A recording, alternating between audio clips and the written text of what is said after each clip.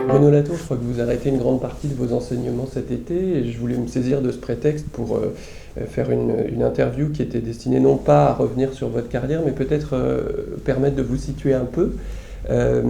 Alors, beaucoup de jeunes chercheurs commencent par une monographie et se spécialisent ensuite dans une aire géographique ou un sujet. Je voulais savoir comment ça se fait que vous soyez devenu quelqu'un qui s'est intéressé plutôt à la théorie des sciences, à l'histoire des sciences, à la philosophie des sciences, à la stratosphère en quelque sorte. J'ai commencé, comme tout le monde, par une monographie. J'ai passé 2 ans dans un laboratoire californien à faire une ethnographie tout à fait locale et tout à fait précise. Il est vrai d'un sujet qui n'était pas encore à la mode à l'époque, qui était de travailler sur les sciences et pas sur des peuples lointains, disons. Et donc j'ai fait exactement comme tout le monde. Et ensuite j'ai passé d'un terrain à un autre, mais avec un petit schéma dans ma tête qu'il fallait étudier la technologie, le droit, etc. etc. Donc en fait j'avais un plan. Alors moi quand j'étais étudiant, on m'a appris les sciences sociales à la Durkheim en disant qu'il fallait traiter les faits sociaux comme des choses.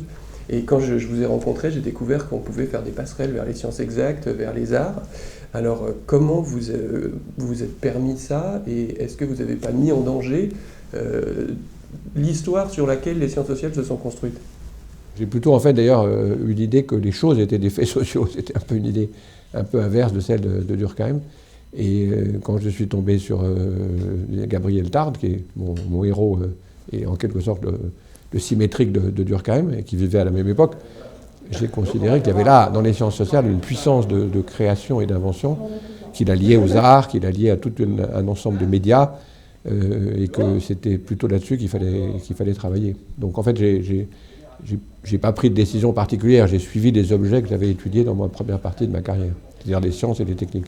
Mais c'est un raisonnement intellectuel, c'est de la rigueur intellectuelle ou c'est de l'hédonisme par goût pour la culture ou pour... Ah non, c'est pas du tout un intérêt particulier pour la culture, je suis pas un artiste.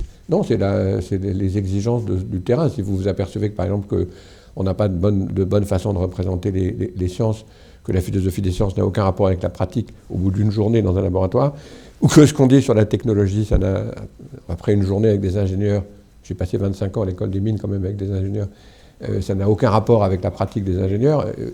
Si vous avez le moindre bon sens et un peu quand même de probité scientifique, vous vous dites c'est ça qu'il faut étudier plutôt que d'autres sujets. Je voulais vous poser une question sur votre proximité avec Michel Serres. J'ai l'impression que vous avez en commun avec lui de rompre avec l'intellectuel français, fer de lance de la lutte des classes, qui épouse une cause, qui dénonce une injustice, et que vous avez une espèce de hauteur de vue qui regarde, qui observe le spectacle de la société et qui du coup peut intégrer le numérique, la nature, les sciences. Est-ce que c'est une bonne analyse que je fais? Est-ce que vous avez effectivement ça en commun avec lui?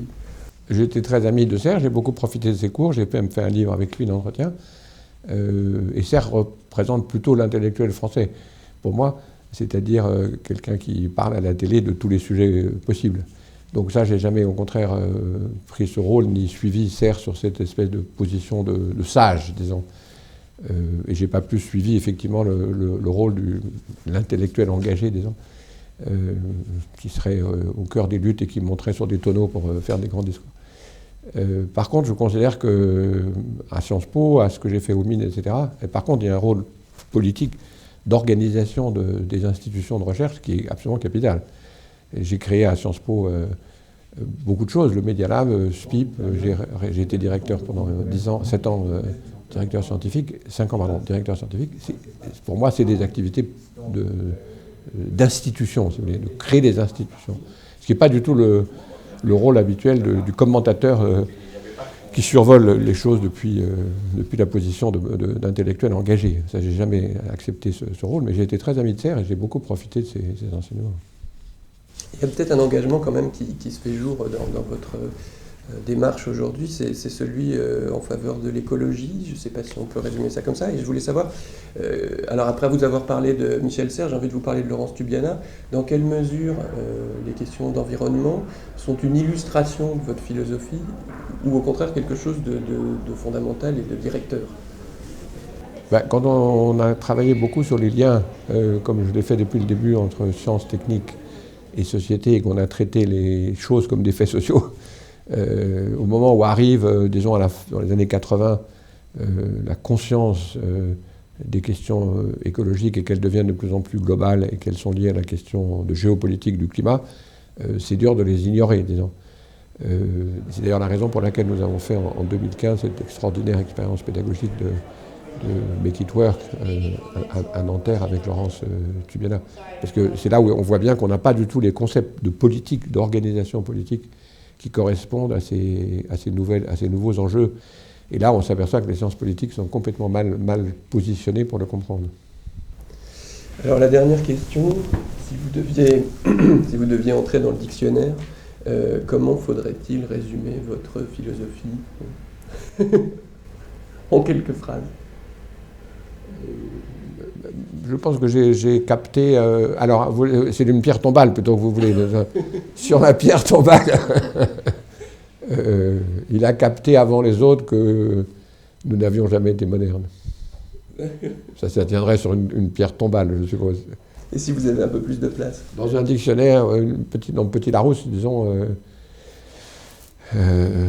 j'ai travaillé avec des ingénieurs et des scientifiques pour comprendre que leurs objets avaient un mode d'existence et une forme de splendeur, disons, qui était très mal prise en compte par l'épistémologie, la théorie de la technologie, etc. Rendre justice aux œuvres des humains, c'est peut-être un peu ça quand même le but de la sociologie que j'ai faite. Mais bon, je me préoccupe assez peu des entrées de dictionnaire. Bon, merci Bruno Latour. Merci Thomas. Sciences Po.